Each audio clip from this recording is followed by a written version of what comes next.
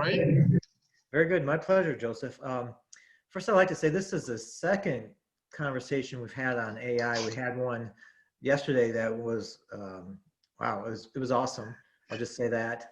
But I think we started the conversation about how AI can influence diversity, and I think we rightly came around to talking about how it was the reverse, rather than how AI impacts diversity, rather how diversity impacts AI, and maybe we'll continue that conversation today. But that's just one example, I think, of the power of dialogue. When you get people together in a forum like we do here at SDIG, people with knowledge, experience, expertise in these areas, and get them talking to each other, things can shift like that, and new ideas can percolate, and new ways of looking at things come to be. And that's what we here at SDIG are all about. We're all about the power of dialogue to shift things in a way.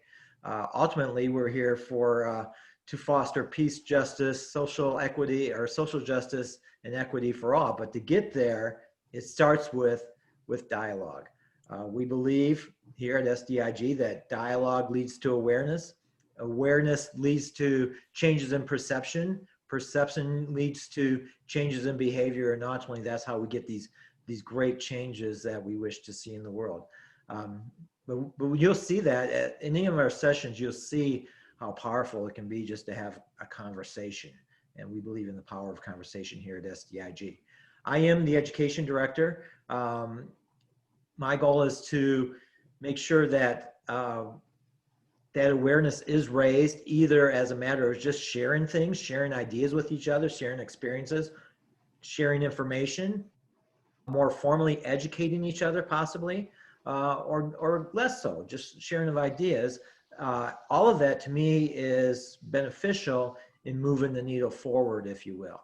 And so that's kind of my job as education director, is just to not only move the conversation forward, but move the needle forward as well. One of the things I'm working on, we do want to do more formal education as part of SDIG for adults, but we also want to get youth involved. And so I'm working on an initiative right now, and some of our panelists are aware of this, to bring youth voice into this conversation as well. Because ultimately, if you think about it, the real changes in the world are going to be made by the young. Therefore, we want them not only in on the conversation to hear the conversation, but also to add to the conversation, which is every bit as important. That aside, having introduced SDIG and our mission, the rest of this session, my role is just to monitor the chat session. If you have questions for our esteemed panelists, feel free to type them into the chat session, and we'll try to work them in as is relative and appropriate. And ultimately, this is a form of dialogue, is a form of engagement, is a form of sharing. So we want not only our panelists to share their expertise, their thoughts, and their ideas, but also all of our participants as well. So feel free to participate via chat. Having said that, I'll turn it back to you, Joseph, and you can introduce our panelists, and we'll go from here.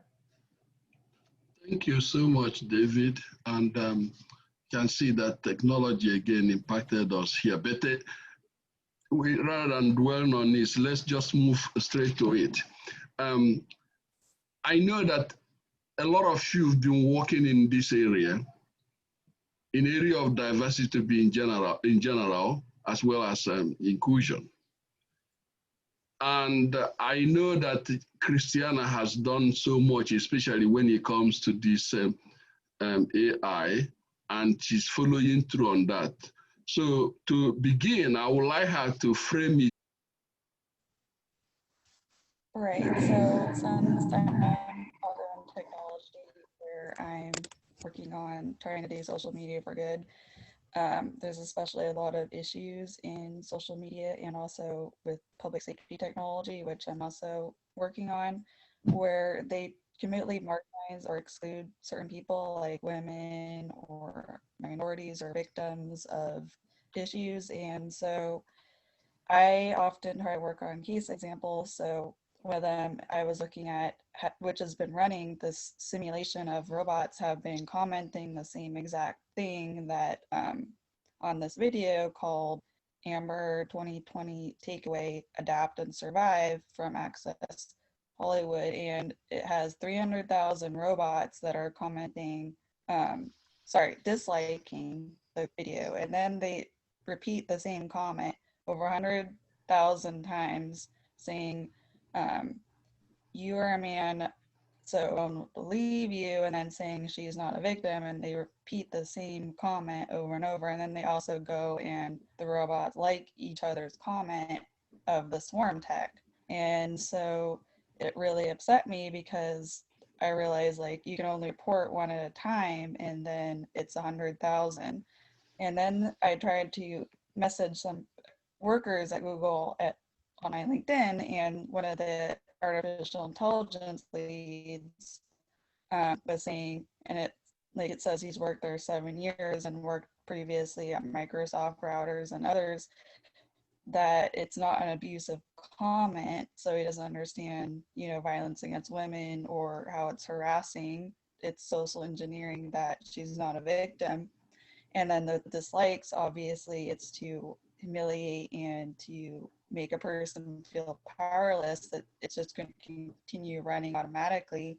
And then the only issue he was looking at is that the bots, like agreeing on the bots, it's manipulating the platform. So then they're against that, but then not seeing the effect of how it's creating hate. Because if you also look under the top comments, and it's a lot of hate. And in some countries, I think it would be considered hate speech, but or hate crime, but they just, they don't even understand it at all. So that is really upsetting too, that they don't care about case examples or training. And then also the industries don't look at it as an environment, so they're not looking at the impact at all either, though. That's what I was looking at the last 48 hours, which is shocking and upsetting. Okay, thank you so much, Christiana. You can all see different pains and anguish somebody may be feeling, then compare it to somebody who is directly impacted upon it. And we are in a situation where, if we want to use Myers' law, which says that our position determines where we sit. And this binary division we see in almost everything. We see it in politics, where conservatives read conservative newspapers, conservative televisions, liberal read liberal newspapers, liberal televisions.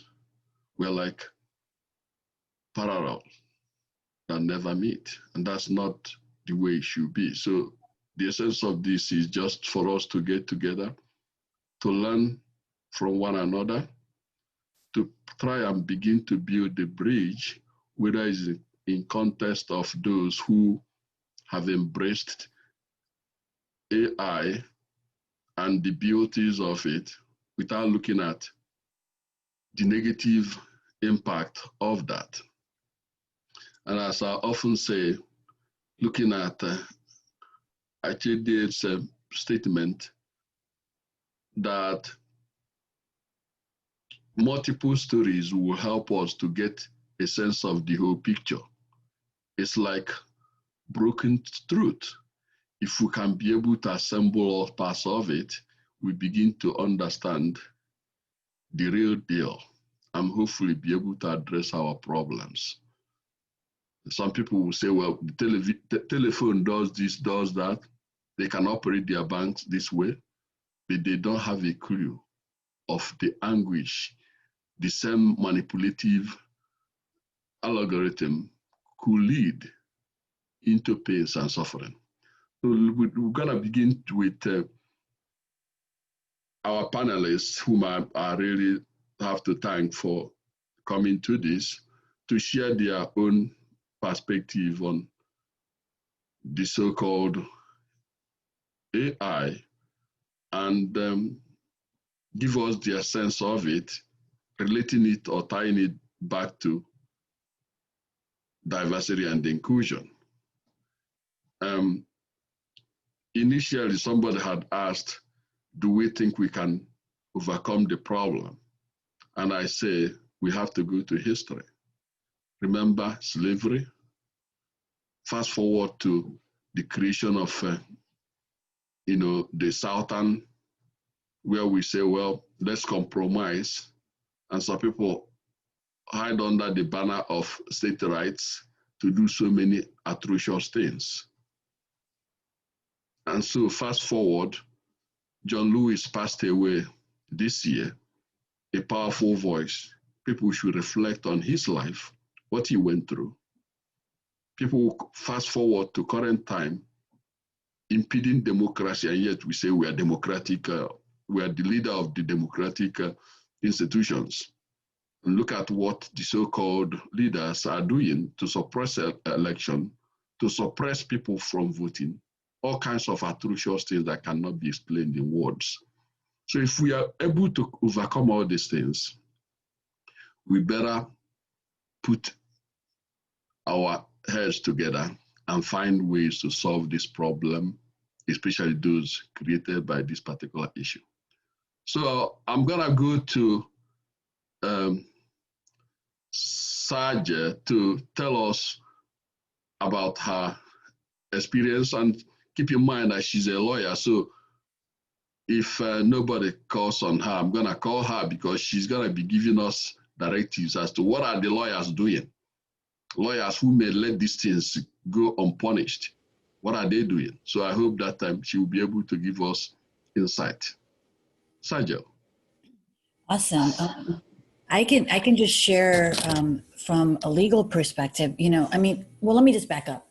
I think this whole, when I thought about coming onto this panel and what value I can bring or what opinions I can bring, I want to first share kind of my interaction with AI and how it's personally sort of impacted me in ways which got me really thinking about this topic. I don't know if any of you know, I think Joseph, you know how LinkedIn banned me from my account earlier this year in March. So I did a panel discussion on a podcast interview talking about how racial discrimination and bias had increased after COVID started. And then I went to LinkedIn on my private message.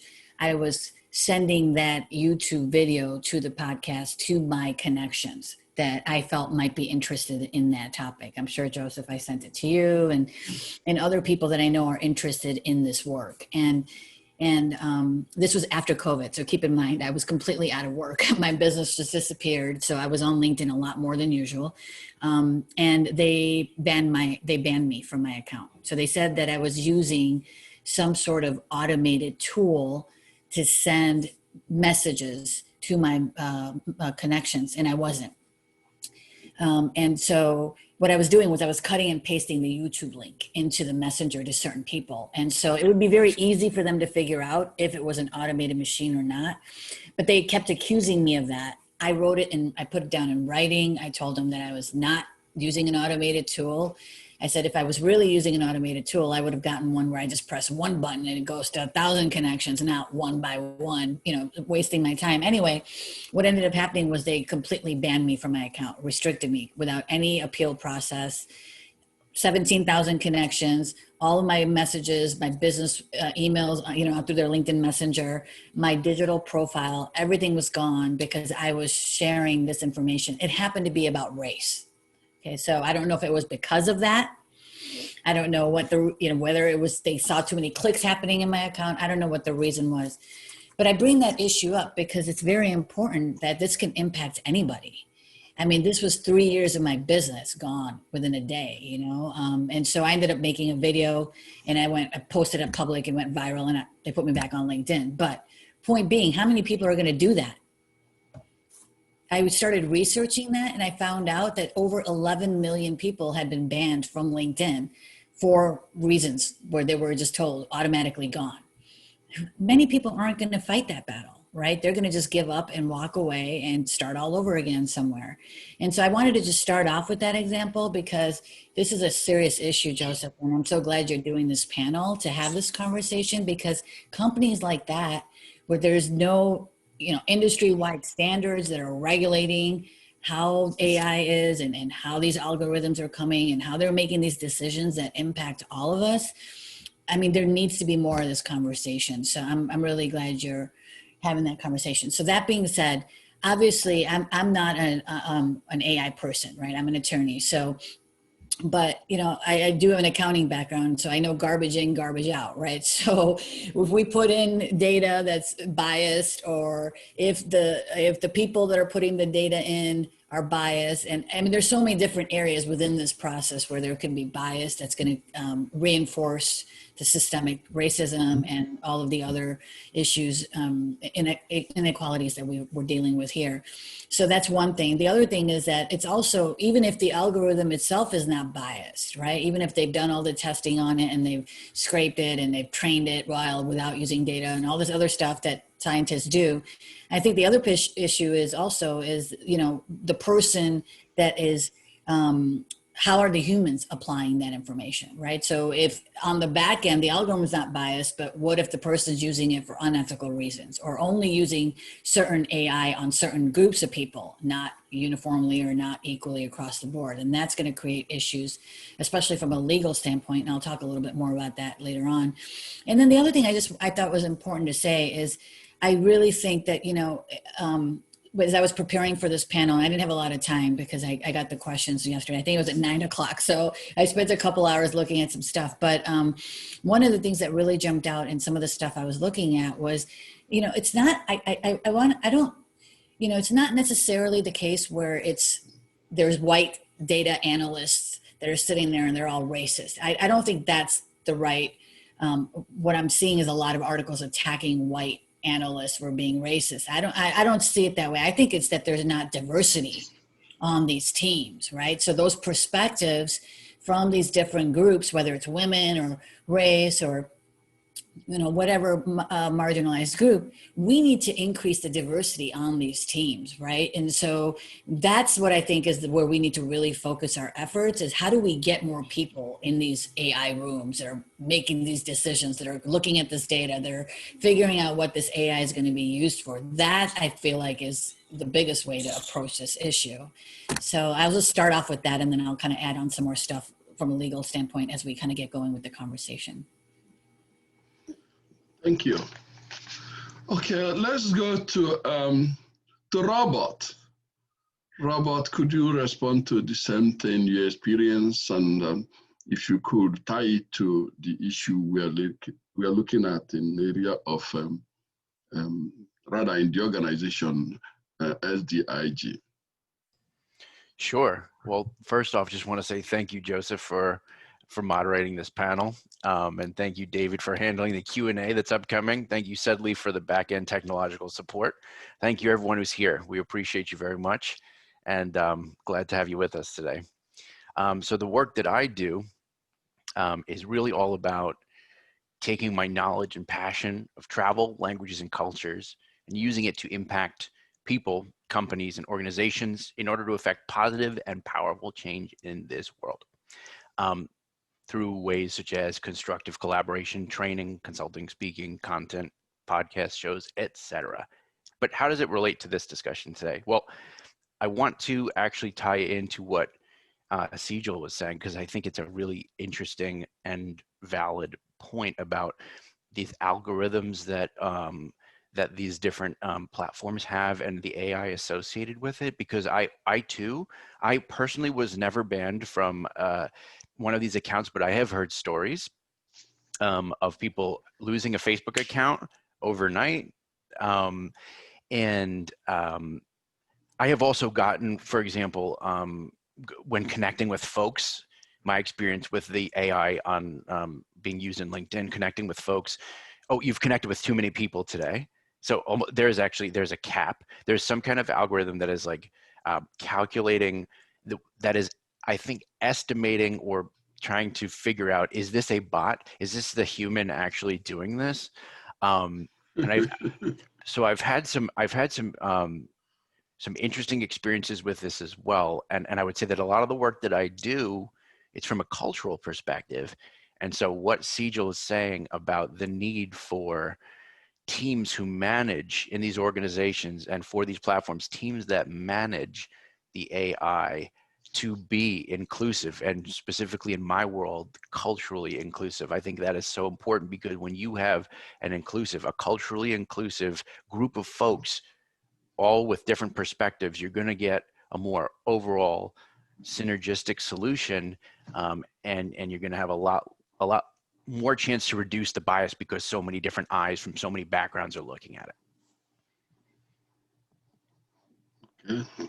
Thank you. Yeah, and Joseph, I'll just add, what's so funny about that whole situation was that I was a human being telling them that I was not using robots, and a robot made a decision to permanently ban me from my account. So think about how that impact could be, right? So there was no space for a human being to appeal that decision. It was a decision was made by a robot. And so that's scary, to take away our control in that way without any, appeal process, or just the last resort would have been filing a lawsuit, and so it scared. I mean, it was a very scary, I was off of there for about a month and a half. It took away my ability to run my business, impacted my livelihood. This was in COVID. So it was serious impacts, and 11 million people happened. The same thing happened to these people. Right. So it's a huge issue. So I agree with what you're saying. So obviously, I do think it was biased in how they responded to you, probably because of your skin color and a woman. And I even tested, and I do this all the time because I'm always testing these platforms, and I catch them in discrimination constantly. So even another thing is that in 2019, I was hired to be on the contingent worker side to do the AI machine learning signal project, Mountain View, and then I constructed a discharge in just a few days of training, because the training was full of stereotypes against women and internationals. So like hate or harassment didn't even come up in an 8-hour training day, and it was just like stereotypes showing women as perpetrators, like they're all doing sextortion. But then statistically, we know that usually women are victims, but then they just kept showing women harming men by claiming they're doing fraud or asking for money or other things, as like fake hot girl was even the red signal assessment.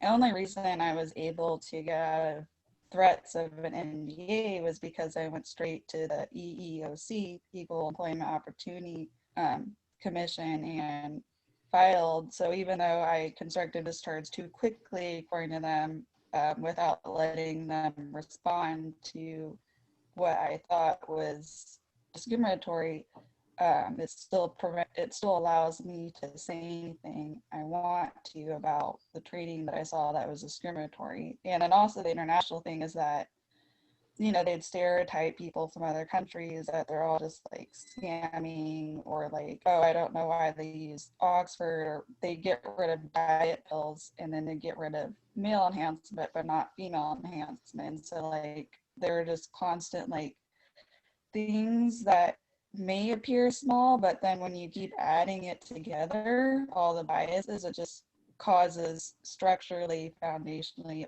bias. And then I even did a test recently, like Amber Facebook page is 1.5 rating out of 5, and it's all just harassment. And so then I hired bots, a bot farm, and to post good comments, and then they delete some of the reviews. And I noticed that the reviews that were like from darker skinned, I think, people, and like used Spanish or had like LGBT photos or pro women comments were deleted or banned. But then just the regular, some of them went through and some weren't. And then I even saw how people respond to the bots by just looking at the photo of the person, like if they're male or female, or what they look like, or what they're saying, and they respond in a different way, like more hostile or less hostile.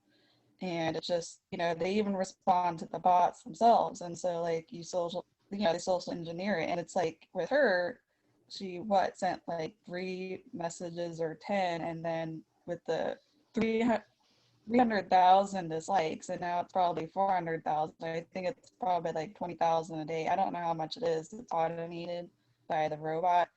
It's probably like going to be millions of comments and millions of dislikes if they ever actually turn it off, which it seems like they may never turn it off.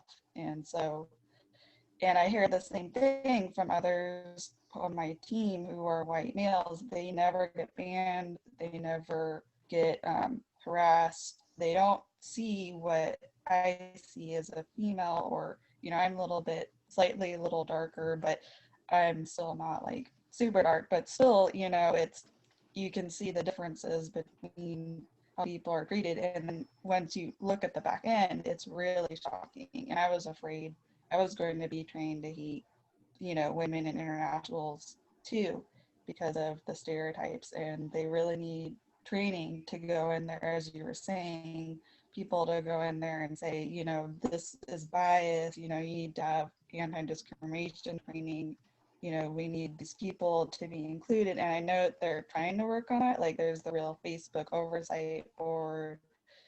And I know like there's this boycott of Facebook this year from these different groups, but they're still not going, and they might even be brought in front of Congress, but they're still not being inspected, and they're still not going into the training room and inspecting their case materials, because the case materials themselves are bad. So like they show male public figures and not like any women or diverse people or anything. So yeah, Right. Coded Bias is a really amazing movie. I saw that and it verifies it. So she's really brave to go against the industry, because it is very nepotistic too, where they all know each other and they own the cities pretty much in that area. So I moved out. I'm in San Diego now.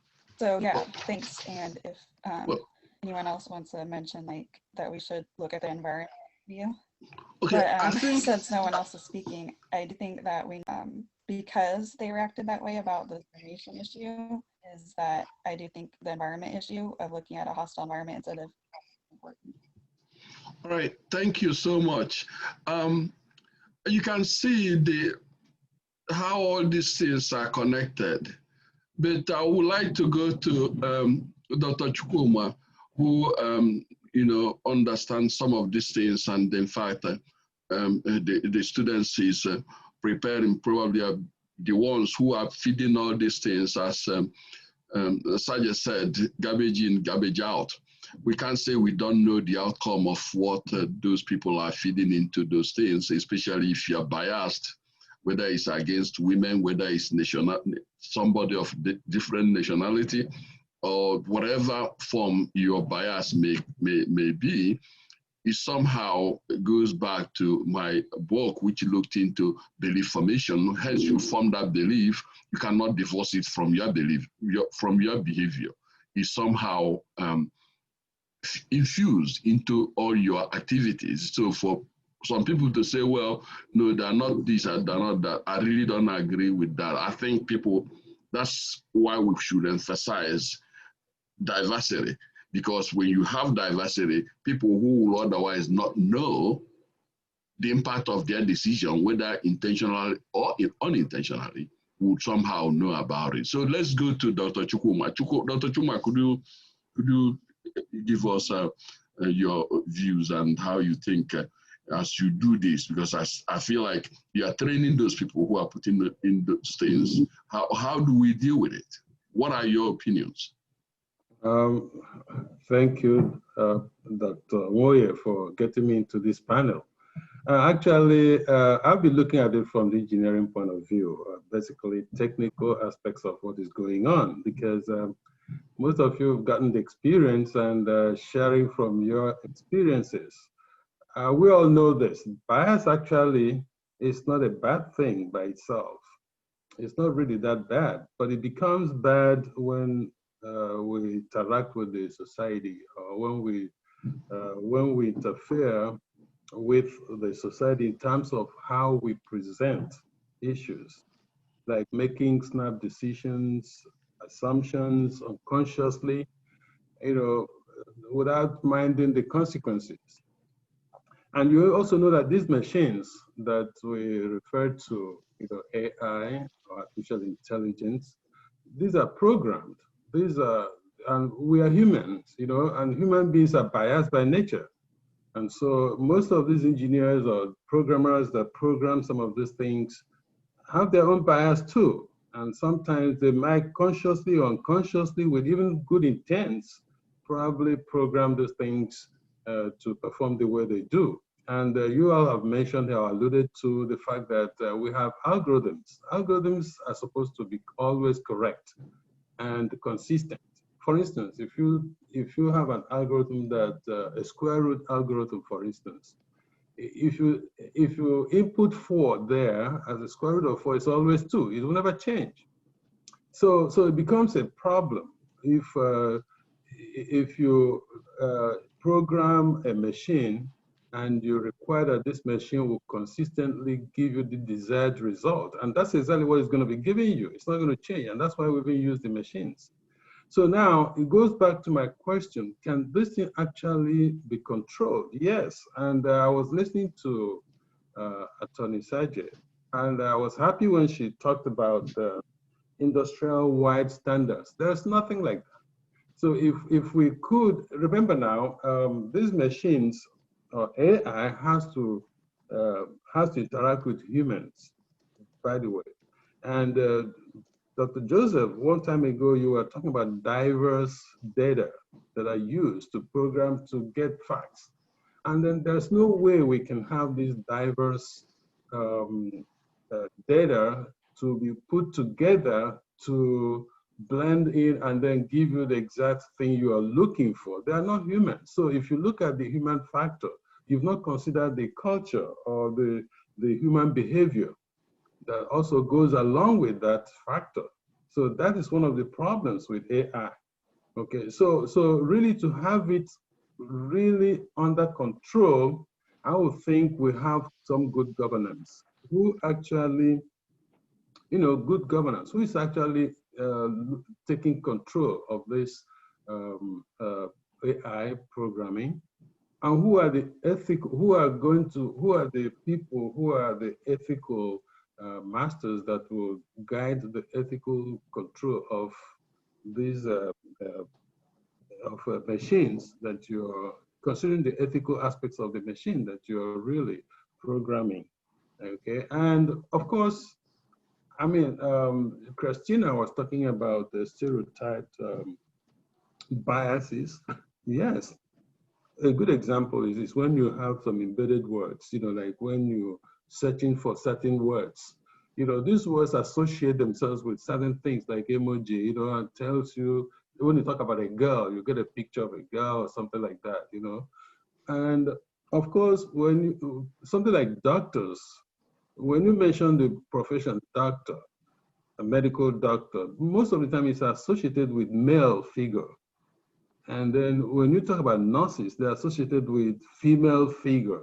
So these are biases by itself. Okay, so these are the kind of things that we need to be worried about when we're talking about these ethical biases. So I'm thinking that when we have good governance and ethical control of the diverse data put together to program these machines, then we might start leaning towards having AI being a good factor to control racism or diversity in terms of whatever you're referring to. And you were alluding to policies. Yes, if let's say the present administration calls any one of you to become a czar of whatever the ministry is that controls this. Of course, the policy is policy unless it's enforced. You still have to meet with these technical demands to be able to really perform your function. So that's why I was asking that question early enough. If that's going to really, is there a solution to? Yes, there is, but we have to go through the technical norms of it too. Anyway, let me just keep it there. So if there are other questions.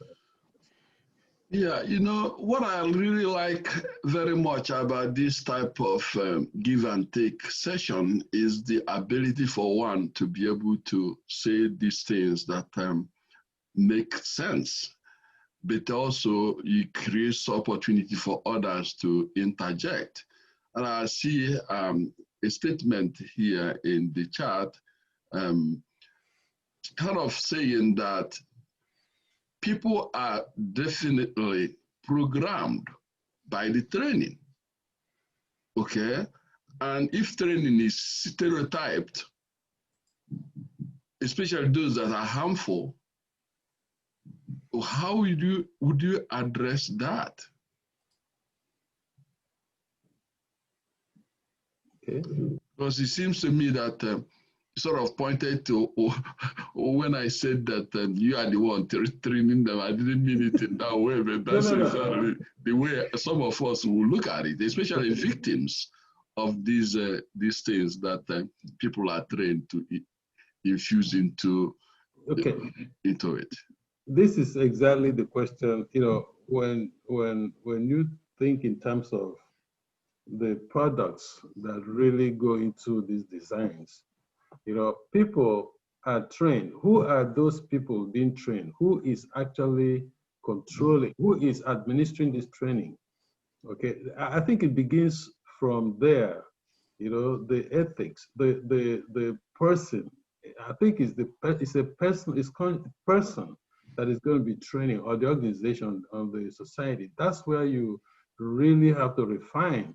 You have to, the impact has to come from the trainer. Who is the trainer? That's what I was talking about when I said in terms of governance, who is actually in control here? Who is he?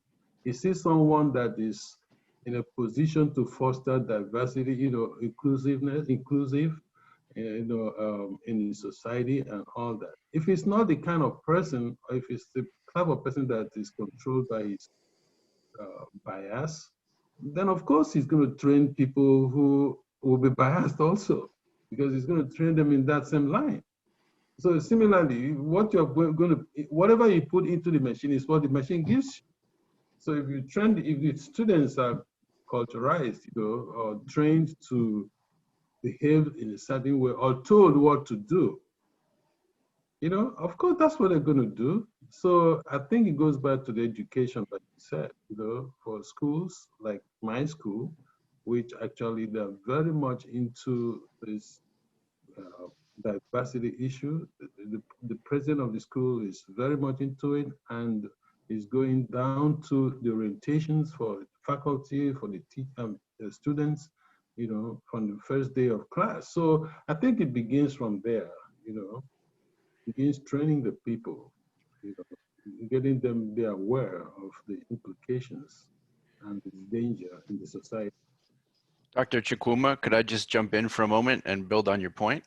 I want to support what you're saying, and I also believe that it's very important, the governance surrounding this and the training, like the people, educating the people who are creating these machines, right? And you also talked about the need for AI to be ethical, right? And I completely agree. And I just want to throw a point out to the panel and to everyone watching that I believe that so far AI has done a great job in pulling in intelligence, kind of raw intelligence data. So things that you can quantify it, like you were talking about, Dr. Chukwuma, like if there was a square root formula, for example. But I think that one of the biggest challenges that AI has seen is not just the IQ, but the EQ, emotional intelligence, right? So how can we make these machines emotionally intelligent? Could they really act as humans with that sort of emotional thinking capability? And to bring a further point, in my world, there's something called CQ, and CQ is cultural intelligence. And can these machines one day be culturally intelligent too?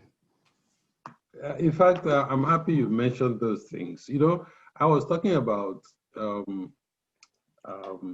AI, or what it has to run with human factor. It has to interact with the human. Okay, and so here again, I'm looking at, if you're looking at a particular factor, human factor, but you're also not looking at the human behavior, then there are two different things. You'll probably be programming the machine only on the factor concept of what you're thinking. But if the human, like emotion you're talking about, okay, so if that part of the component is a part of the programming, then you have two things the system can now look at to make a decision. But if you stereotype, if you give it just one form of the component without the other, we've lost the control of the machine. It's not giving us what we really want. Okay, so, and that goes back to what Dr. Joseph was talking about, diverse components, you know, and you have to put all those together to actually get, that's where big data comes in again. You see, we get all these things and blend them and then use it. So it's possible, but it has to be done that way. Somebody has to be in control of that. I just want to make a point, then we switch to somebody else. When you say somebody's going to be doing this, and we are products of our environments. We talk about diversity, and inclusion. Some people use it as just a bumper sticker when they really don't understand what it means, because they've never gone through the pain or anguish the victims usually see all the time. So from that vantage standpoint, how do you get those who make decisions as to what the governance is, what the data is, what component of the diversity could they infuse to come up with much robust approach to ensuring that these things are really managed, factoring in the cultural, aspect of it and so on and so forth? See what you just said. What you just said, you've left out the human component of that, like behavior component of feeling is there, right? The human feeling. You're probably programming the machine to do the other aspect, but you didn't consider how do people feel about this thing. So if you can connect the feeling with that factor, then of course you got the machine doing exactly what you want it to do. So that is the point I'm making. Yeah, I take it, and I think what you're saying is actually complementary to what I was alluding to. I'm saying that the things you are talking about, the corporate leaders who make these decisions, sometimes they are really missing action, either that they don't know by nature of the environment in which they were brought up. They don't know the pain and anguish of those people who suffer as a result of those things. They may intentionally or unintentionally kind of create this dual mechanism of looking at things, because they may mean good, but the result may not be good. So if the result is not good, do they know about the impact of that bad result on the victims? And again, I'm not meant for you to have the answer, but I'm emphasizing the need for corporate leaders to begin to learn what they need to do. The excuses cannot solve the problem, I think. Okay, let me tell you something. I teach a class, in cybersecurity, okay? And when you look at the Congress and what they hand down on the actual technical people that really implement these things, you find that some of these Congress guys never used computer in their time when they were in school. And you're talking to someone who is a digital citizen, somebody who actually was brought up in a digital world. And then you're telling the person what to do and how to do it. And he's telling you it's not very possible, but then he has to obey you, right? So you need people who are, who know what to say and what to do in such positions to be able to direct this governance I'm talking about. So basically you were just saying it, but you see, I'm just letting you know that you need the right people in the right positions to conduct, in the right mind also, to be able to do these things. All right, let's leave it there. Let's go to the rest of the crew. Olayide, can you please, I know the wonderful work you're doing with girls, especially those who are being brought up to learn about all these things. Could you tell us your experience and how it's going and, just generally your perspective? All right. Good evening. Thank you once again for the privilege to be on the panel. This is one of the real privilege that we have, but I want to take it with utmost sincerity that this is the best place I've been to. And to everyone who has also made a contribution, I had followed keenly on what each panel had mentioned. I want to also emphasize something here that emotions, human beings have emotions, and that is unfortunately that emotions are transferred into the machines that are being produced. For example, I was a victim like what the Anthony mentioned earlier as regards Airbnb.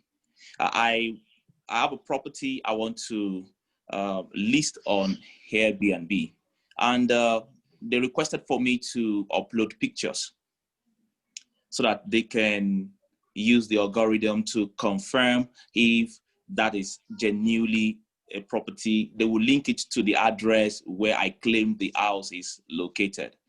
But along the line, I was not in that location, so I don't have the real pictures. So I had to just use one of the pictures I saw online and uploaded. And that handed me a definite ban. So till today, emails, it's about 2 years down the line right now. So emails has gone, we've exchanged emails that, sorry, yes, I didn't have the real pictures for the property, but please, can you connect me back? Can you allow me to, this is a business. Can you allow me? But till date, that has turned on deaf ears. So I can't have access to that platform anymore till today, just because of that singular error that was made. So that is why I'm connecting it to the emotional part.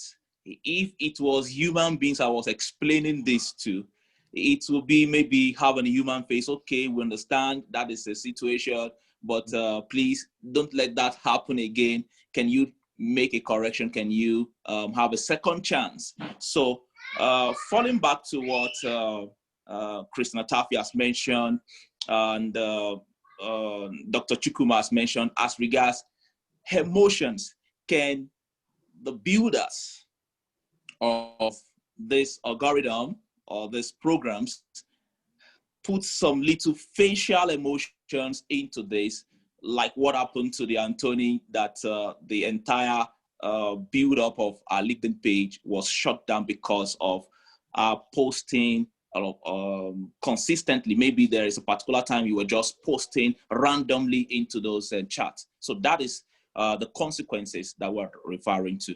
And Doctor, you mentioned that who are the decision makers behind this? I will shock you that the decision makers are even in Facebook, they are in LinkedIn, they are in IBM, all of them. They are everywhere. So that translates from that place, from that standpoint, it goes into the government offices, it goes into the positions, it goes into the presidency, it goes into wherever position in the leadership that they have. So those leadership positions, or those people who are actually at the helms of decision makings, are actually in the government corridors. And that's the exact truth. So whatever they are doing there translate into the policies that will be put in place to enhance the efficiency of these programs, to enhance the efficiency of the result that we see as human beings to feel. But I will not dispute the fact that AI has a very good part in respect to crime detection, in respect to education, in respect to healthcare. It has a good side, but to emphasize on what we are referring to tonight as regards inclusion, diversity. We have heard about, maybe you permit me to say, we've heard about so many things as regards the corridor of Facebook. It's quite a number of decisions taken. I'd been a victim of that myself. I'd wanted to put a post ad, a paid ad, for example, and it would go through the process of approvers. And by the time it came back to me, it came back to me to say, I am biased. I am, let me use the word discriminational. I felt bad about it, that my nonprofit is focused on young girls, and we are trying to put the word out there to let everybody know about what we're trying to do. But the feedback came back to me, it was negative, and that dropped what we're trying to achieve. So it's quite unfortunate that this is going on. This is the situation around the world. And I believe quite a number of us have been a victim of that also. Twitter, LinkedIn, all of that. But the drive that we're trying to achieve tonight is making those people behind the scene to have this feeling, like Dr. Chukwuma mentioned, using the scale root to do that. So you impute the scale root of 4 and the result will be 2, definitely.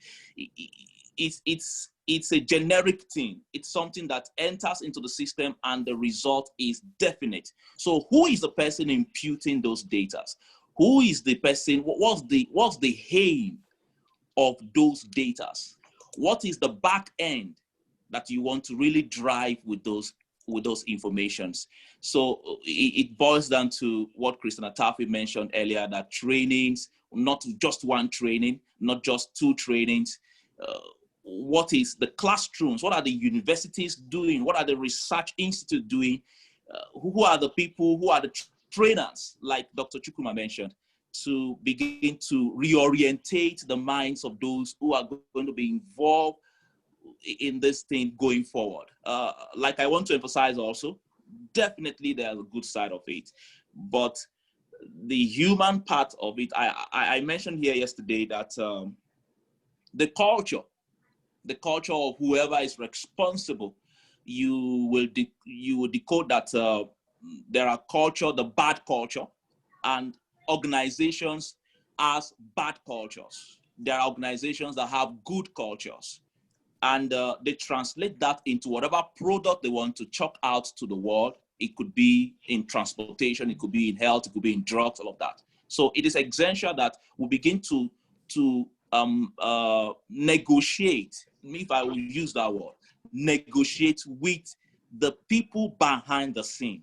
Like in my own organization, the nonprofit particularly, we are trying to reorientate the minds. There is, Dr. Chukwuma can confirm what we mean by ethical hackers. There are hackers who are ethical, whose job is to do the best part of testing if there could be a possible break into the system, all of that. And there are the bad side, when the ones who actually signed into this training, they got this training, they got the skills, and unfortunately, they turn it out to be the bad side.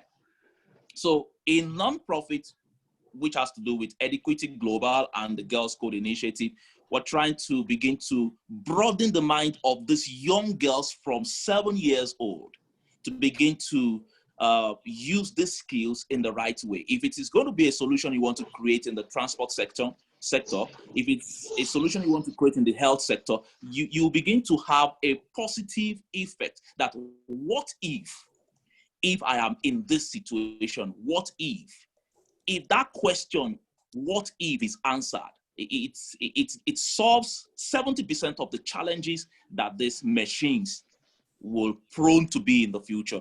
And that is what we are trying to do at our own little corner of the world here in Nigeria.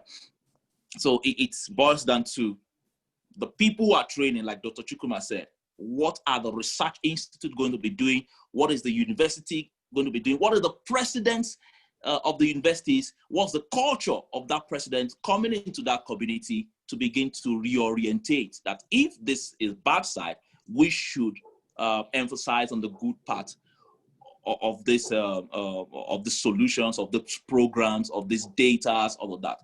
Like Christiana Taffy, very passionate woman as regards the issue of women, as regards the issue of social media for social good. I've followed her keenly, and she's driving. Like there was a time she mentioned programs or data being imputed to spy on women. It's so absurd. It's so bad. Well, I don't know how to express myself, but that's the exact situation that we find ourselves. But the truth is, the younger generation right now, we have an opportunity that is enormous in front of us to begin to reorientate the minds of the younger ones. They are the ones taking over from us. Thank you Definitely. so much. Thank you. Thank you so much for those statements. I think one could come to, sort of whether we agree or disagree, that there are certain things that are beyond pale. There are certain things that should not happen to certain people. We also believe that AL has a lot of advantages. The banks are now, there are certain services you can get without really having to be physical in the bank. They can change, transfer, do all kinds of things. Those are the good aspect of that.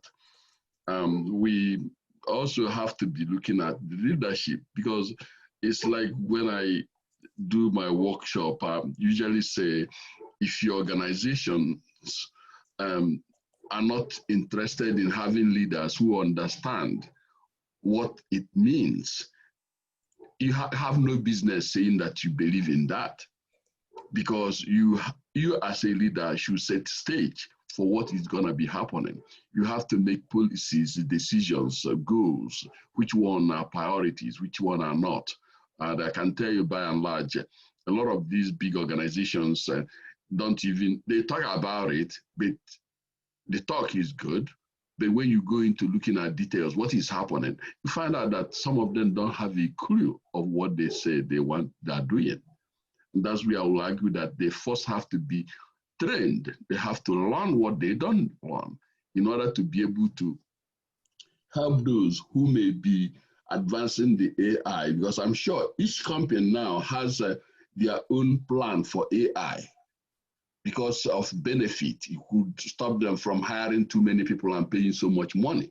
So they want to have a benefit of cost, but they don't want to look into what it may be costing people. Like Sergio said, we are making decisions as to whether to cancel her or not to cancel her.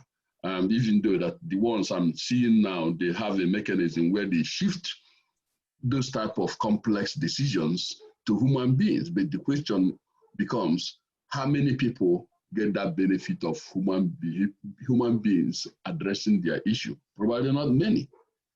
And that's another issue. So I really appreciate this. And I think we may have to go and get some questions from the audience. And then from there, we can perhaps look into other questions we may have. So, David, do you have anything that you gleaned from the chat that you may want to bring to our notice? No, I'll mention something, but I've been monitoring the chat and there haven't been any questions. I think everyone's just been so enthralled and into the conversation amongst these great panelists. But I did key on when Robert was talking about putting ethics, EQ, and CQ into the conversation. I think that goes right along with yesterday. Terminology was used, changing your heart set in addition to your mindset. And then along with that, that's the input process of making sure that we get EQ and heart into it. And then the out process is looking at impact to people rather than what the AI is trying to accomplish as far as efficiencies or effectiveness and those type of things. So there's not a specific question there. But I think it's very important that we here at SDIG, and when we're all about diversity, inclusion, social justice, these type of things, this is where the relevance of AI comes in, is how do we get those heart, those emotionals, those CQ, EQ elements into it. And I know a lot of the panelists have talked about it has to come in up front with the training, but specifically, maybe we can talk about specific recommendations each of the panelists would have. What one thing would they identify to ensure that that gets into the process? Yeah, I see someone who had made a comment here. Actually, Deborah Levine is asking the question, raising issue about the number of girls entering technical colleges who actually graduate. She indicated that is discouraging because essentially bias, and oftentimes it begins quite early. So I guess that gives you kudos, Olajide, for what you are doing for the girls. But her point is taken. Would you comment on that? Anyone? Yeah, I can answer on that one. I mean, I think, that's one of the things I was going to suggest as a solution for part of this brainstorm is, look, we have to reduce those barriers to entry, right? I mean, it starts with the education. And so especially for marginalized groups that are disproportionately impacted, we got to get more of these people into STEM, into the, we have to start from as early as we can go.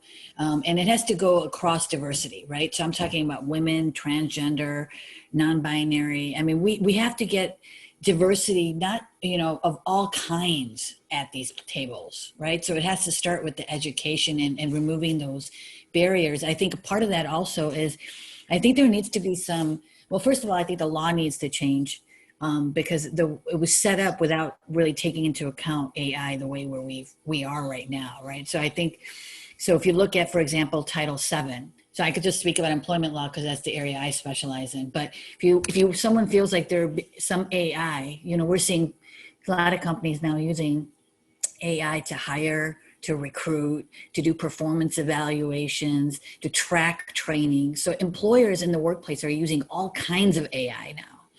So, but if I feel that I'm at work and I'm being discriminated or treated some sort of bias by the AI, what are my rights?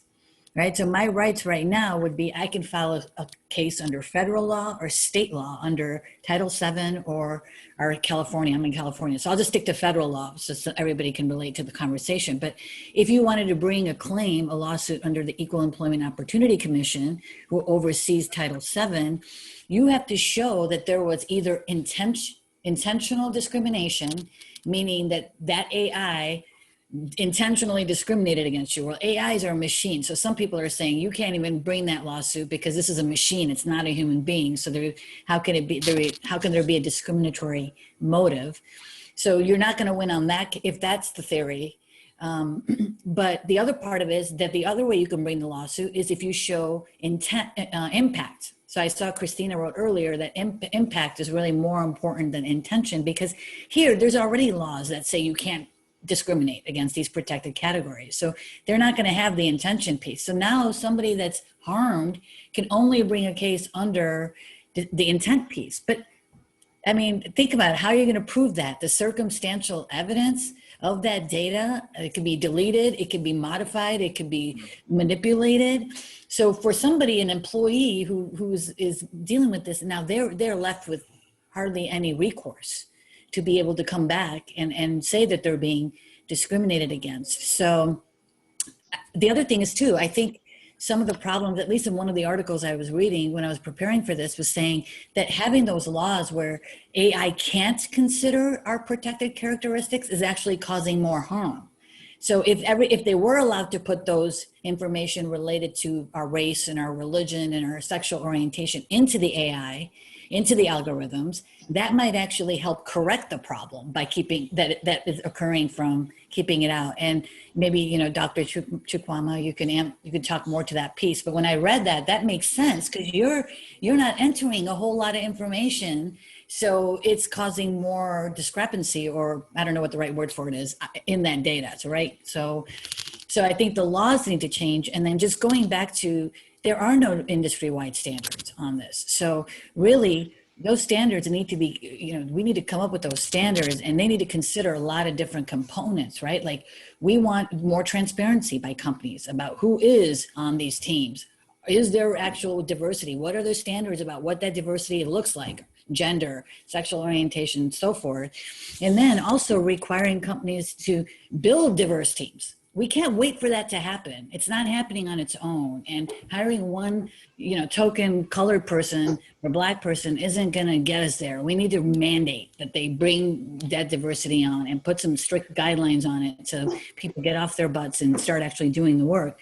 And then there needs to be guidelines about all the bias stuff, about when it's going to be considered, when it's not being considered, what are the methods if somebody complains that they are being, there's just so much as far as the standards piece that when I started looking into it, I was like, wow, we have gone so fast and we're not ready. We're not prepared for it. Just like with COVID, we've gone so fast with where we are now. We're not ready for the cultures when the people come back to work. We're not ready for their wellness, their health. So there's just a lot of things that need to be addressed on this issue. Sejal, I just want to jump in for a moment, and on your points, you make a huge valid point about creating an impact, right? How do we create that impact? And looking at creating those diverse teams, whether it's race, gender, culturally, so that we have different perspectives. And to pull back to David's question and point about, how do we pull in all this? How do we pull in IQ, EQ, CQ in order to make that impact? And then I want to go back to Joseph's point. Dr. Moye, you made a really good, you gave us an example about a bank hiring a whole bunch of Black folks and paying them lots of money, and they left. And they couldn't understand why that happened. As Sejal was saying, it's not as simple as just, let's just hire a whole bunch of people who look different and then we're good. That's the diversity piece, sure. But what we're really leaving out of the equation here is the inclusion piece. So we need both of those to be operating effectively in order to create that impact and create sustained change, right? We need to go and hire diverse talent teams, and specifically in the AI world that look at these AI issues, that create these algorithms. So these teams need to be, in my opinion, diverse, but they also need to be inclusive, right? Everyone needs to be being asked their opinion. There needs to be a way that they can get their feedback, provide their thoughts in order to come up with these really, truly diverse solutions, right? Diversity and inclusion. Yeah, and Robert, last point, but cognitive diversity, not just identity diversity. We're not just representational diversity, which is what a lot of these companies are doing. We need cognitive diversity addressed at these organizations. That's the missing piece. That covers everything you just talked about, right? Agreed. Great point. Okay, I wanna let me also jump in. Could you wait a second? Let me jump in here and say, okay. Okay, go ahead. Okay. Ola, go ahead. What the Anthony, okay, thank you, sir.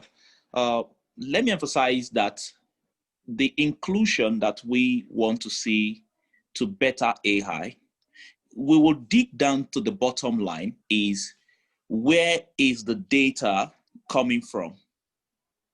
Now, in our head right now, we all know that either voluntarily or involuntarily, you are submitting your data somewhere in the cloud, okay? Now, what is happening to those data? Who is using those data? Like, for example, the Anthony mentioned, how can you create a lawsuit when there is an issue at work? Maybe there is a bias that happened as regards the result of those data. Where is those coming from? Who is imputing those data? Who is voluntarily taking those data from the cloud? Can we dig down to the bottom? We would be talking about the surface when we talk about the human part of this role that they have created. Okay, this is a leadership in the meeting, there's the leadership in this organization who is taking those information. But you and myself, who is maybe through our smartphones, maybe through one connection on our internet, whatever, and we're submitting those informations, and they are taking those facts from us to use them. So we also need to work on us. I'm very, very curious about this. We need to work on ourselves. Neglecting ourselves and mounting pressure on the leaders, on those who are taking decisions, we also play a role in this also. Thank you. All right, thank you, thank you. What I would like to ask is, in absence of questions from audience, would you, each and every one of the panelists, have a question you would like us to really dive into that you may feel like has been inadequately addressed, so that we can continue with this before we go to the next session? So I do agree that the leadership really matters more, because as a leader too of teams, even though it's not like super cohesive since I'm not always like paying them, but I do notice that the leadership matters of what's happening in the organization. So I also point out earlier that the ex-COO of Instagram got a $22 million settlement over gender discrimination. I mean, not Instagram, Pinterest. And because of it goes all the way to the top, the discrimination. And I think they're really afraid about it because, you know, people like myself or others, even if we're just little small fries, sitting there talking about discrimination in the workforce or the training affects the users, that they're really afraid of how it's impacting that, because they don't want laws to change. They don't want environment of technology to change where you can't discriminate against people anymore. And we had in the past a lot of laws apply to brick and mortar businesses where they can't not do equal access. They can't allow violence against a minority or a woman or LGBT person or what have you, because, oh, it's just the person's, they're the victim, it's their own identity problem and it's their own fault. They aren't allowed to do that anymore as brick and mortar. But even restaurants are also very upset that delivery apps are giving benefits to workers and it's creating monopolies. And the public doesn't really know the difference because the social media companies are also involved with the search engines too. And so the public just sees, oh, well, it's their own fault for their issue. But then the people on the back end, like restaurant owners or other businesses, they see the problem and the double standards, but then they don't have a voice of it. So like we even had a law pass here that Lyft and Uber drivers don't have to have worker benefits. And the same for like other companies. So also another problem with robots, when they're taking control of the narrative with thousands, millions of accounts. Like there was a person defying NDA again, Zane whistleblower, that was interviewed by, or wasn't interviewed by BuzzFeed, but they wrote about it. The memo is that there could be like 14 million bots liking a post. And so people like us, diversity and inclusion people, I could never get any of those messages out any other platform except LinkedIn. And because it'd just be full of automatic harassment keywords. On YouTube, it's automatic dislikes. And I noticed just yesterday, LGBT gets more dislikes, gender equality gets more disliked. It probably happens the same thing about race too. And then they're not looking at that. They're not looking at the dislikes, and like, you know, 300,000 plus dislikes, it's not having a good effect and they don't get it. So I do think that we have to go in there and kind of connect that the working like environment of the workers, how the discrimination affects the world, all of us, because they're mostly afraid of that. And that's why they settled the $22 million with the ex-CEO, because it's starting to get out, because before they didn't give as much money. So it's starting to change. Like this past year, there's more like advocacy from the progressive side. I think that, you know, thinking of all these things, we could actually begin to work on these things. Like there's something in number. When some of these issues come up, and say, for instance, the whole of you get into it and be able to discuss it, it will be much more powerful than one person dealing with it. And before I wanna call on someone that I really admire in many ways. I consider as my mentor, Deborah Levine. She would have to, she had indicated about girls that is discrimination or what she characterized as bias starts from very early. So we must not only be dealing with current one, we must go to getting the younger folks, as Olaide is doing, because what she's doing is something that we all will agree with, because she will shape the future generation. So without wasting more time, let me go to Deborah. Deborah, it's nice to see you. Yes. Hi, wonderful to see you, dear. So one of the things that came up when I was teaching technical writing at a College of Engineering and Computer Science was that the young people who did not have anyone in their family who were technically trained or had that career were unlikely to choose that career themselves.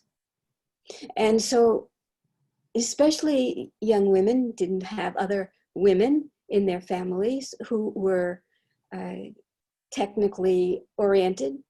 And so they grew up not even considering having a technical career.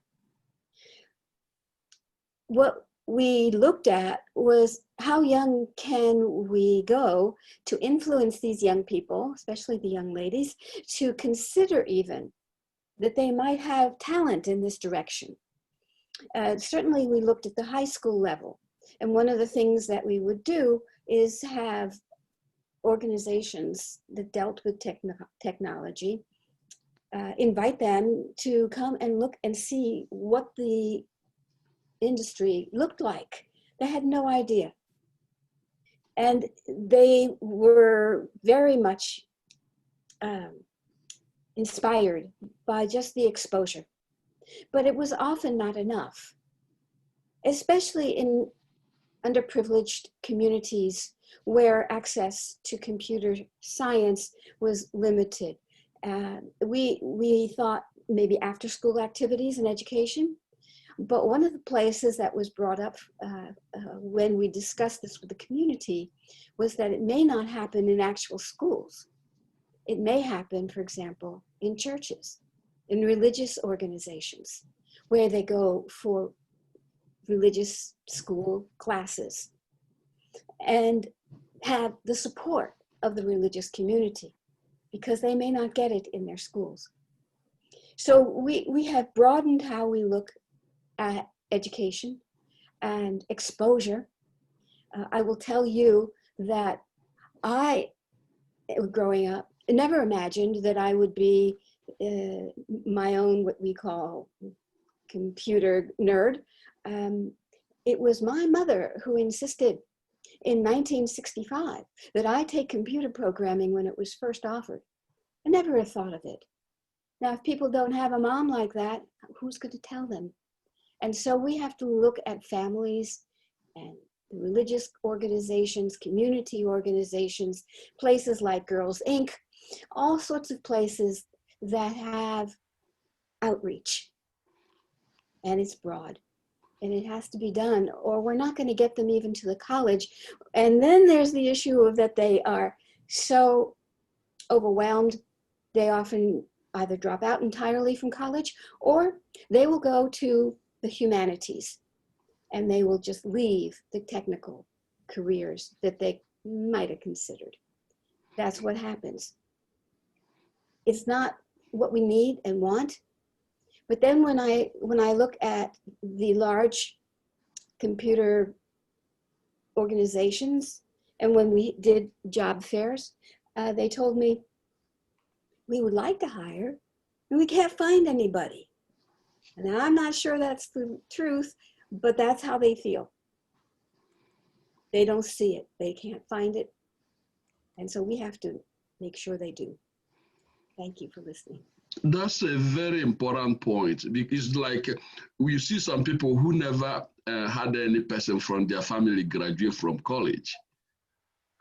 the chances are that they will not go to college. Or you see some particular poverty-stricken neighborhood where even people who should know better, I'm talking about politicians and educators who are board members. And sometimes I wonder, is it that people are looking at it as job only, not really looking at how they will impact the people, the very people they talk about? Yes, So it's very, someone brought up this issue of making them susceptible to extremism. I want to underscore that. They cannot tell the difference, and extremists know it and take advantage of it. They put it in games, they put it in memes, you name it. And instant recruitment. Yep, these are very important points. And Elle, I think you said you wanted to say something. Could you chime in and then we can continue, Yeah, sure. And I'll make it super quick. I just want to, echo some comments from yesterday's panel. I really enjoyed this. I've been listening intently, and I just kind of wrote down like 3 bullet points. I just kind of wanted to underscore that a lot of people made that I really love. As you know, Dr. Nwoye, the thing that Richard and I do is that we call it the inextricable link between leadership, diversity, inclusion, and belongingness. We don't teach just one, we teach them all at the same time when we do our teaching. So I love that point. And I wanted to add that belongingness piece there, because it's not enough that we have diversity. It's not enough we have inclusion. We have to make people feel like they belong, because you can get them in the door, you can sit them at the table and ask them what they think, but if you don't value the input and put it to use, it doesn't matter. They have to belong. And the other thing that I would like to get to real quick is, we're talking about the data, is what are the reasons behind the data, right? We were talking about young women going into college and dropping out early. Well, in future AI data sets, that's going to reflect, right? And if we don't understand why that reflects, it's going to make that data seem more negative than it really is, right? How many of these young women had to drop out because, let's say, they got pregnant and had families?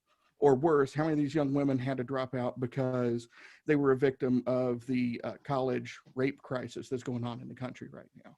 That doesn't mean that women aren't worth investing the time and effort in to give those opportunities. That just means we have to understand why the data says what the data says. Perfect example of that, I was working with a lady who was talking to me about working with a bank in Colorado about their lending practices, right? And the algorithms that they were using were flagging all these African Americans as bad lending practices. Well, when we started talking through the data, the reason was, well, they live in rundown neighborhoods. They live in this. Well, why? Well, I had to walk her through this whole thing about the data set until we got back and we had a discussion about redlining practices in America. It's not the African Americans' fault that they live in that situation right now. And you have a responsibility to overcome that data as you're looking at it and set that record straight. So those were the 3 things I really wanted to bring up here and kind of emphasize. It's been a great panel. I've really enjoyed both days, and thank you for allowing me to chime in there, Dr. Nwoye.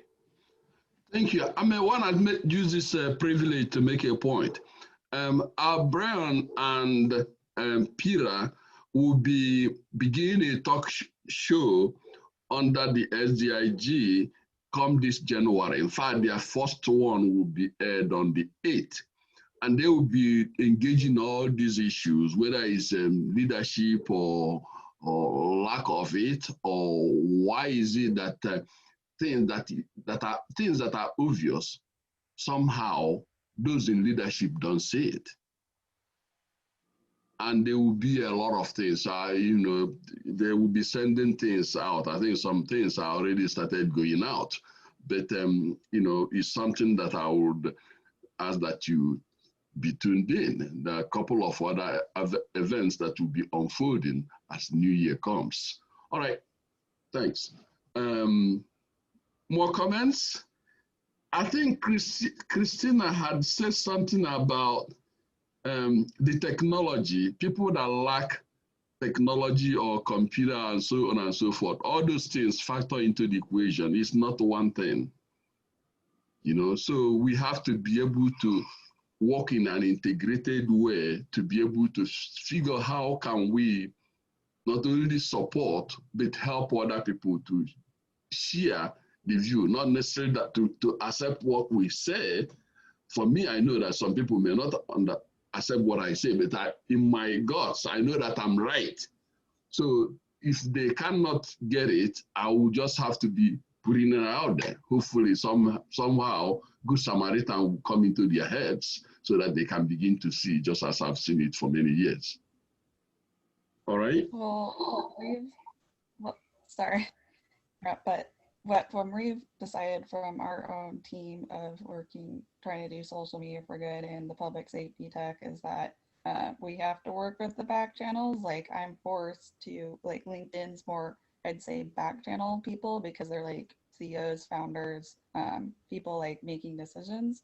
But as you said, like the public right now, they don't understand what we're talking about. And I think it's very amazing. And I'm really happy that this is happening because if diversity inclusion advocates get involved with the tech industry and start inspecting and doing training of what they're doing for the technology, that they're making an impact for users and customers or victims affected by it, it could change the whole industry and probably the world. And I think it'll eventually happen, but you know, how many decades does it have to be? Does it have to be all the victims that grow up now that are young? I do notice that younger people sometimes they might be more excited about what we're doing, but at the same time, a lot of people that, as you know, brought up, they're made to be more extremist because that's all they've seen now. Now all they see is the hostility towards women, or I remember this person kept sending me like inciting information to try to make me hate migrants or immigrants and stuff because that's what the views were doing. They kept sending them material that was like against migrants or hostile. Like America's basically been thrown apart because of the internet and social media because they'll put people into extremists. They kept, you know, they keep sending you extremist material because it gets more engagement, and it's like tabloids or it's just to make you angry or hate someone. And that's getting more material. And the people younger people either can see it like, hey, you know, we're excited, we want change. But then there's a lot of people that don't know any different. And then they're really aggressive on the internet and they don't know the world like how before the internet, like it wasn't decided by so-called cancel culture or amount of dislikes. Like, you know, for us, like maybe we weren't on the social media or the internet, and so like it doesn't matter to us. We can see it in third person. A lot of people don't see it in third person. They see it as, oh, that's the problem, that's the person. If they're getting that much hate or violence towards them, it's their own fault of the, you know, them. It's not the system of the creators of the platform or anything like that. So I do think it's very important what we're doing. I'm super excited this even happened because I do hope that diversity inclusion people will try to go to tech companies and get inside versus just, you know, boycotting doesn't really do anything because it's a monopoly, because partially they don't have to stop discrimination. So it prevents actually good businesses like social enterprises like mine or others to even get across because of the monopolies, just like the delivery apps, you know, not giving people benefits or taking hundreds of thousands from restaurants because they didn't have to give consent, or the takeout orders or anything like that.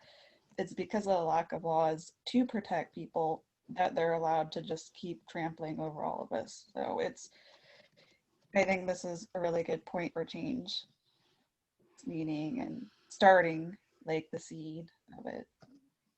Mm. Thank you so much. Do you have more questions, or do we have to get to run? Oh my God! I think I misplaced the time. We're already out of time, and so bear with me. That was poor moderating on my part. I was just intrigued by the discussion. I didn't even look at the time. So from that vintage standpoint, could you give us summation as to where we go from here? Where do we go from here? Hopefully you're gonna have a president that could, you know, somehow see these things and be able to balance the good and the bad to hopefully get us to a happy medium. But if you could, give us a brief summation as to, what your thoughts are and how we're gonna move forward, I will appreciate it. Why don't we go to Christiana? Right. So what were you asking me? Oh, I was asking your closing comments or remarks, Oh, if you will.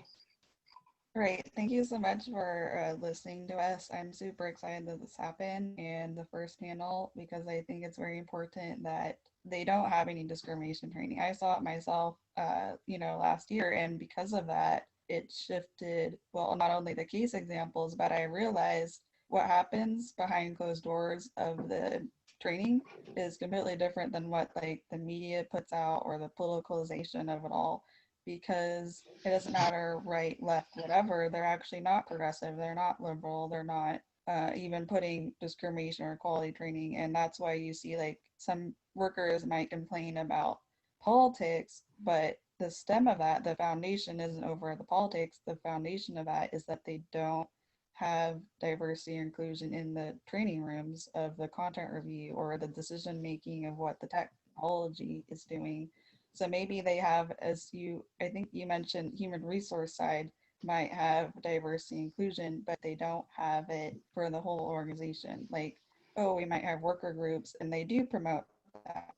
That's like the front end superficial. And I saw that too. The interview process claims one thing, the orientation might claim another thing, but that's hypocrisy because what happens inside, like the AI training, the machine learning, the content review is completely different than what they put out like as a promotional packet. So it's very important that you can go in there and actually change the training and the impact of the technology itself. And as we know, like the artificial intelligence lead of Google, like one of them like doesn't even understand, how it's gender discrimination or it's causing hate because of the like, as I even know, like I'm more of a moderator side person. So like the longer amount of people, cumulative, like millions of people, the higher amount of people signing or the amount of people disliking or commenting, it incites more hate. And then you start to see the higher amounts increase and you start to see more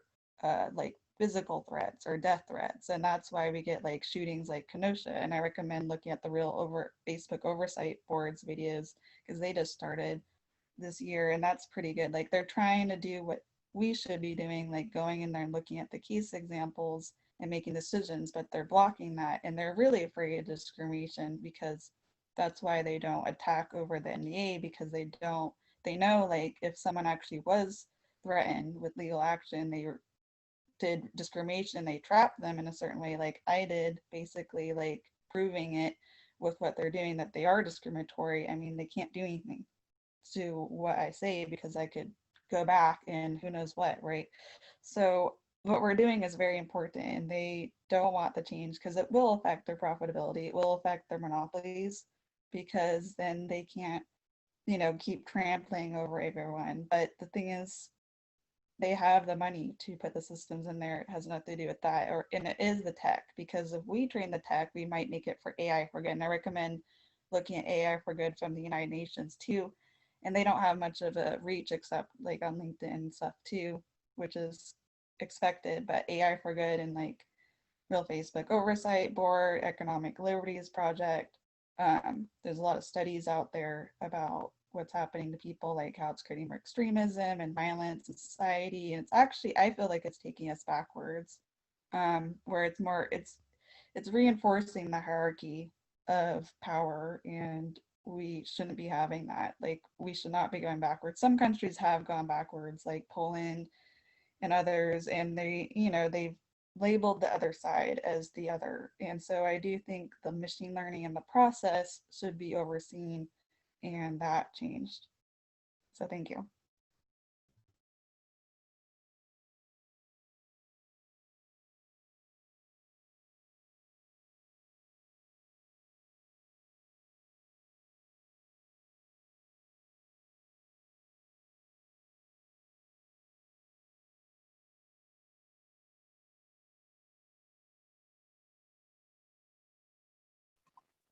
Joe, you're muting. You're muted.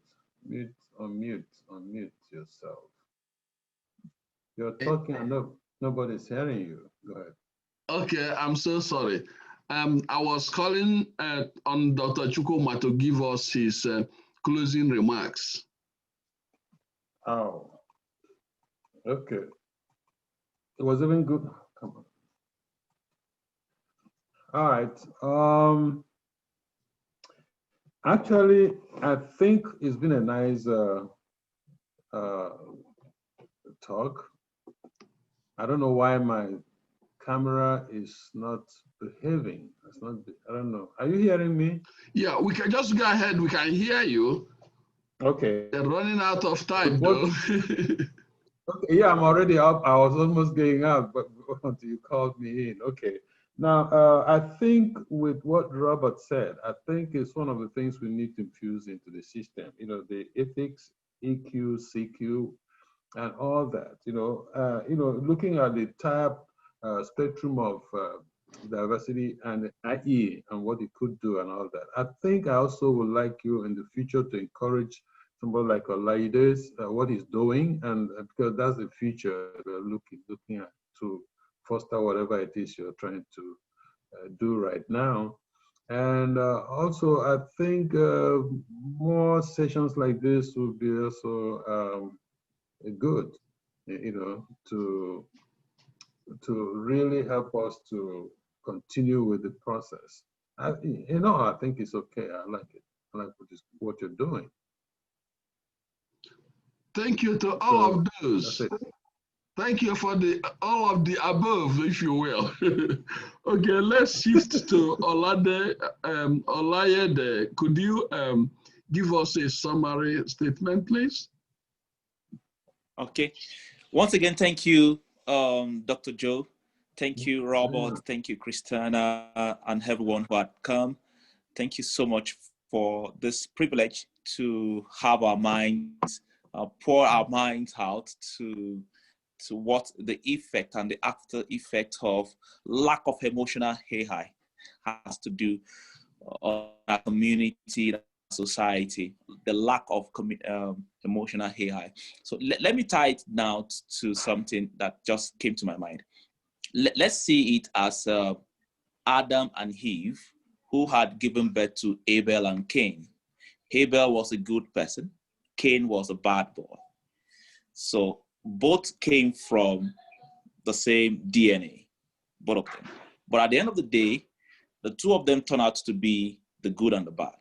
So the AI can be coming from Olaide, and at the end of the day, maybe I give birth to two AIs, and one is good and one is bad. So the question is, why should the AI come from me and the result at the end is bad and the other result is good? So why is that result bad from me, Olaide? I want to leave that question in the mind of everyone who came to this platform tonight.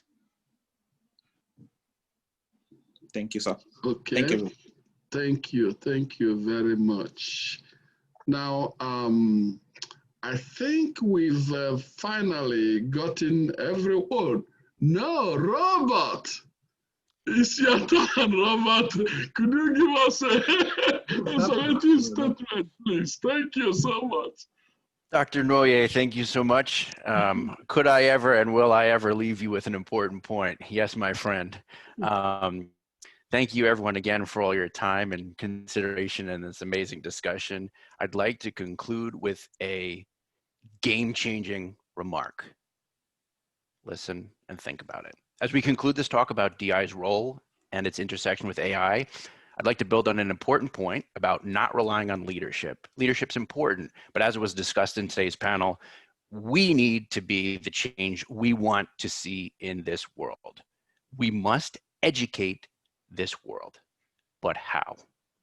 Let me throw some common things you may have heard at you for a second. You're wrong. Do this. Don't do that. That's terrible. Who's heard that? Have you ever heard that? I have. Has that ever been effective? Do people listen to that? My experience has been no. that when people are slighted and they feel they've been wronged and they've been degraded and they've been yelled at, like I said, just speaking from my experience, usually it seems that that doesn't really seem to work so well. So what does work? How do we affect real change? Let's talk about ourselves and lead through experience. Through talks like these, as Dr. Chukwuma said, educating the world, that is the power that we all have to foster these discussions, speak together, join our minds, and collaborate on ideas that will and are already changing the world positively and for the better. And by doing so, what we will do is reduce ignorance, which reduces fear, which reduces hatred, which reduces violence, leading to a more peaceful, prosperous world, which is our mission. Thank you so much. Great. Well, thank you so much. I appreciate it. And what I can say is this before you leave.